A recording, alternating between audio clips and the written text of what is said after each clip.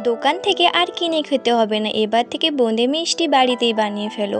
অনেকেই মনে করে বোঁদে বানানো অনেকটাই ঝামেলা, কিন্তু আজকে আমি তোমাদের একটি সহজ পদ্ধতিতে বোঁদে বানিয়ে দেখাবো, যেটা তোমরা সহজেই বানিয়ে নিতে পারবে এই ভিডিওটি দেখে।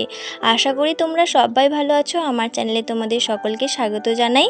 আজকে নিয়ে চলে এলাম বোঁদে রেসিপি। সম্পূর্ণ রেসিপিটি দেখতে থাকো। আর যারা আমার ইউটিউব চ্যানেলে নতুন আছো, চ্যানেলটাকে সাবস্ক্রাইব করে পাশে থাকা বেল আইকনটি ক্লিক করে রাখো সবার আগে ভিডিও পাওয়ার জন্য।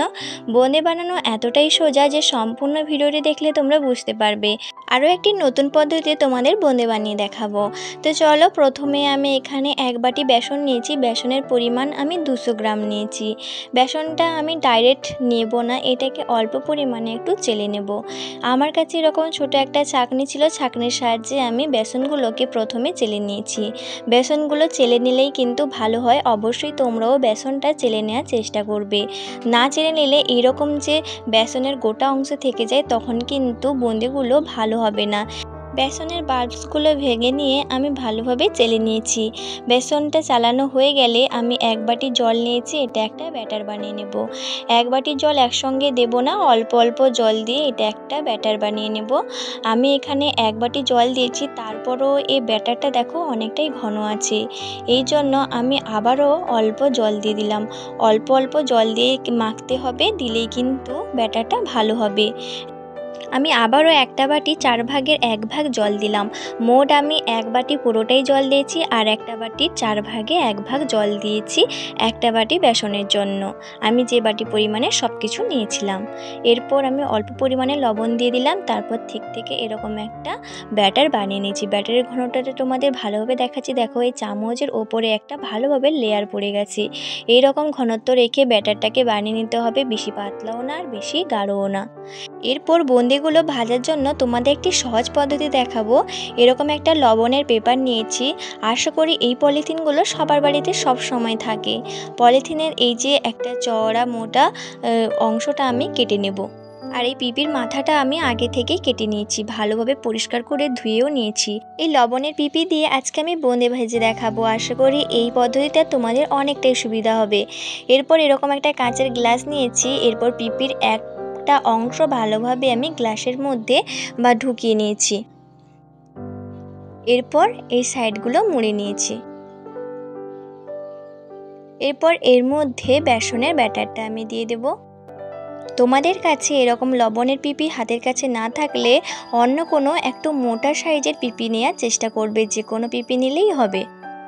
বেসনের ব্যাটারটা আমি দিয়ে দিয়েছি। এরপর ভালোভাবে মুখটাকে টেনে বন্ধ করে নেব। এরপর এই মুখটাকে একটু ঘুরিয়ে ঘুরিয়ে ভালোভাবে বন্ধ করে নেব। কত সুন্দরভাবে আমি কিন্তু এটা বানিয়ে নিয়েছি, দেখো বন্ধুরা। এরপর একটা গার্ডার নিয়ে ওর মুখটা ভালোভাবে বন্ধ করে নিয়েছি। এরপর এর মুখটা অল্প পরিমাণে কেটে নেব। তার আগে কড়াইতে তেল দিয়ে তেলটা আগে গরম করে নেব। উনান জ্বালিয়ে কড়াই বসিয়ে দিয়েছি, তারপর তেল দিয়ে দিয়েছি। তেলটা গরম হতে থাক, ততক্ষণে আমি এর মুখটা অল্প পরিমাণে কেটে নেব। খুবই অল্প পরিমাণে কাটতে হবে, বেশি বড় করে কাটলে তখন আর বোঁদেগুলো হবে না। এরকম সাইজে আমি কেটে নিয়েছি পিপিটাকে। এইদিকে আমার তেলটাও গরম হয়ে গেছে। এরপর একে একে বোঁদেগুলো ছেড়ে দিয়েছি। এরপর আর কোনোই করতে হবে না, পিপিটাকে জাস্ট এরকম ধরে রাখতে হবে, একাই কিন্তু বোঁদেগুলো পড়তে থাকবে। আর অল্প অল্প হাতে প্রেস করতে হবে। কত সুন্দর বোঁদেগুলো পড়ছে দেখো বন্ধুরা, একই সাইজের ছোট ছোট। একইভাবে সবগুলো বোঁদে ছেড়ে নেব। বোঁদেগুলো ছাড়া হয়ে গেলে কিছুক্ষণ ভেজে তুলে নেব। এটা অবশ্যই অল্প আঁচে কিন্তু ভাজতে হবে। প্রথমে আমি এরকম একটা ছান্তা নিয়ে বোঁদেগুলো তোলার চেষ্টা করছিলাম, কিন্তু অনেক বোঁদে তেলের মধ্যে থেকে গিয়েছিল, তাই আমি আবার এরকম একটা ছোট ছাঁকনি নিয়ে তুলে নিয়েছি। ছাঁকনির সাহায্যে কত সুন্দর বোঁদেগুলো তেল থেকে ছেঁকে তোলা যাচ্ছে। তোমরা অবশ্যই এরকম একটা ছাঁকনি নেওয়ার চেষ্টা করবে। একইভাবে আবারও বোঁদেগুলো ছেড়ে দিয়েছি, তারপর আবারও অল্প আঁচে ভেজে নিয়েছি। কত সুন্দর বোঁদেগুলো ভাজা যাচ্ছে দেখো বন্ধুরা। এই পদ্ধতিতে তোমরা অবশ্যই ফলো করো, দেখবে কত সহজে বোঁদেগুলো বাড়িতে বানিয়ে নিয়ে যাবে, কোনো ঝুট ঝামেলা কিন্তু থাকবে না। বোঁদেগুলোর ওপরে একটু সোনালি কালার চলে এলেই আমি তুলে নিয়েছি। এরপর ছাঁকনি নিয়ে তুলে নিয়েছি ভালোভাবে তেল ঝরিয়ে। একইভাবে সবগুলো বোঁদে ভেজে নিয়েছি। এরপর কড়াইতে যেই বাটি বেসন আমি দিয়েছিলাম মেপে সেই বাটির হাফ বাটির আমি চিনি দিয়ে দিয়েছি, মানে এখানে 150 পরিমাণ মতো চিনি আছে। এরপর সেই বাটির হাফ বাটি জলও দিয়ে দিয়েছি। এদিকে বুঁদিগুলো সবগুলো কত সুন্দর ভেজে নিয়েছি দেখো বন্ধুরা। এরপর আমি এই চিনিটাকে ভালোভাবে একটু গলিয়ে নেব। চিনির শিরাটা একটু ফুটে এলে এখানে অল্প পরিমাণে ফুড কালার দিয়ে দিলাম। তোমরা এটা নাও দিতে পারো, এটা পুরোটাই অপশনাল। একটু কালার ভালো আসার জন্য অরেঞ্জ কালার ফুড কালার আমি ব্যবহার করেছি। এরপর ভেজে রাখা বুঁদিগুলো দিয়ে দিয়েছি। তারপর অনবরত নেড়ে চেড়ে এটা আমি চিনির রসটাকে শুকিয়ে নেব। যখনই বুঁদিগুলো এরকমভাবে চিনির রসটাকে টেনে নেবে এই মুহূর্তে আমি চুলা থেকে নামিয়ে নিয়ে কিছুক্ষণের জন্য রেস্টে রেখে দেব। এরপর দেখো বন্ধুরা বুঁদিগুলো কত সুন্দর চিনির রসটা টেনে নিয়েছি আর কত পারফেক্ট হয়েছে। এরপর একটা প্লেটে নামিয়ে নিয়েছি।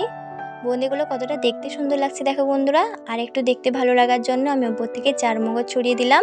চারমগজটা আমি বুঁদির সঙ্গে ভালোভাবে একটু মিশিয়ে নেব। তোমরা চাইলে কাজু কিশমিশ টুটি ফুটি কিংবা যা ইচ্ছা দিতে পারো, যে ফ্রুট তোমরা খেতে ভালোবাসো সেটাই দিতে পারো। আমি বাড়িতেই যেহেতু একটু এটাই ছিল তাই আমি ভালো লাগার জন্য চারমগজ দিলাম। দেখতে কতটা সুন্দর হয়েছে দেখো বন্ধুরা বুঁদিগুলো, খেতেও দুর্দান্ত হয়েছিল আর কতটা নরম হয়েছিল দেখো বন্ধুরা। আর এই সম্পূর্ণ বুঁদি রেসিপিটি তোমাদের কেমন লেগেছে কমেন্টে জানাবে। ভালো লাগলে লাইক শেয়ার অবশ্যই করে দিও আর আমার চ্যানেলটাকে সাবস্ক্রাইব করে রাখো এরকম নিত্য নতুন ভিডিও পাওয়ার জন্য।